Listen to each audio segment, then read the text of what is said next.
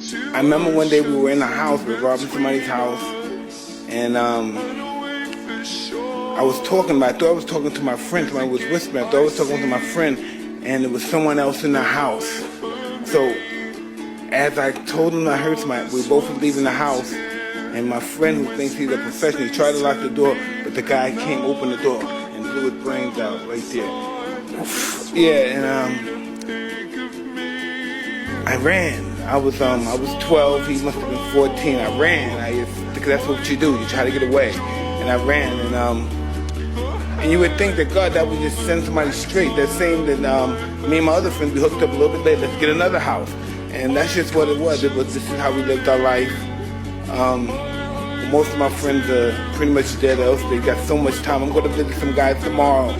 And they got caught under this Rockefeller law. They got 240 years. One of my friends got 5 life sentences. He's only 50. And so these are the people that I go see once a month, sometimes twice a month, because these are my friends. You know, that's what it's like being in survival mode. And if I can just take a second out to just let everybody know how sorry I am for the things that I have done in my past, for the damage that I may have caused. I want to let everybody know, anyone that I have ever hurt or have ever done anything to, ever said anything wrong to, any moment that I've lost my temper, any moment that I've couldn't control my hands, or I've picked up an object, or I've done something that was out of the ordinary. I just really want to take this time out and say I'm sorry, because I was forced into survival mode from a child. I was forced into survival mode from in the household that I was in, from the people who birthed me.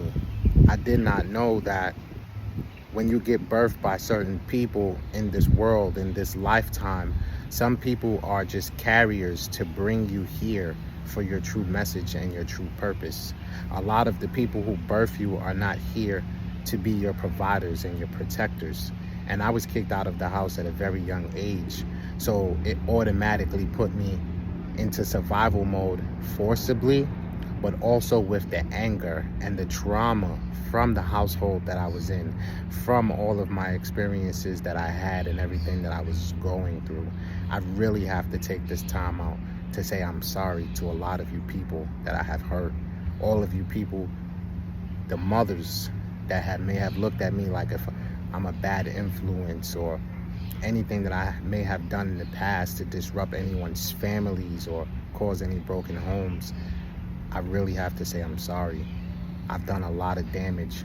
I used to be a menace to society. I used to laugh, and I used to think it was cool and okay to hurt people.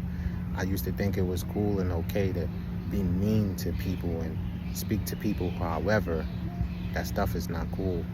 And it took me some time to find myself, find who I was, find who I am, as I'm still continuing to find who I am. But I know who I am. I know my purpose. I know what I've always wanted and who I've always wanted to be. And it's very important for me to get this weight lifted off of my chest by apologizing to all of you who I ever have done anything wrong to, by anyone that I've ever taken advantage of because I may have seen a loophole. But I was in survival mode, and you know, this is how I have learned to live my life, by seeing loopholes, setting them on fire like a circus tiger and jumping through them. It's very hard when you're in survival mode to just try and live, to just try and be. And I hope you guys can find the room in your hearts to forgive me. You may not forgive me. You may not forget anything that I have done to you. But as far as I know, there's a lot of people out here that may not see me as the person that they thought I was. Or, excuse me, there's a bug on my shades. I'm gonna just be honest with you guys. It may be somebody who don't think I am the person that I am. They may be looking at all of my videos saying, he's still the same person. Because I still have a lot of people that I come across on a daily basis that act like they know me, but they really don't. and they don't even take time out to even get to know me. They just rather judge me based off of who I was in the past.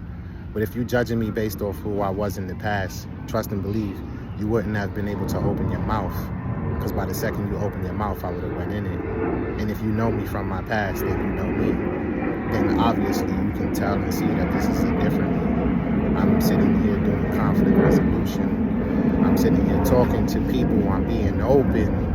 I'm doing everything that I can possibly do to be the best version of myself. So I just want to continue to say I'm sorry. And I will continue to say I'm sorry for the rest of my life. To a lot of you people that I have hurt. There's a young man named, he's an adult now, but there's a lot of you that I'm reaching out to on my own. When I get the chance to see y'all on these social platforms, y'all know me, y'all see me, y'all see my messages, y'all see my apologies. You know, Kanai, a young man that I traumatized, him and his whole family. I never seen him again. Kanai, I just want to put out a universal apology to you. I know what I did to you has traumatized you probably up until now for the rest of your life.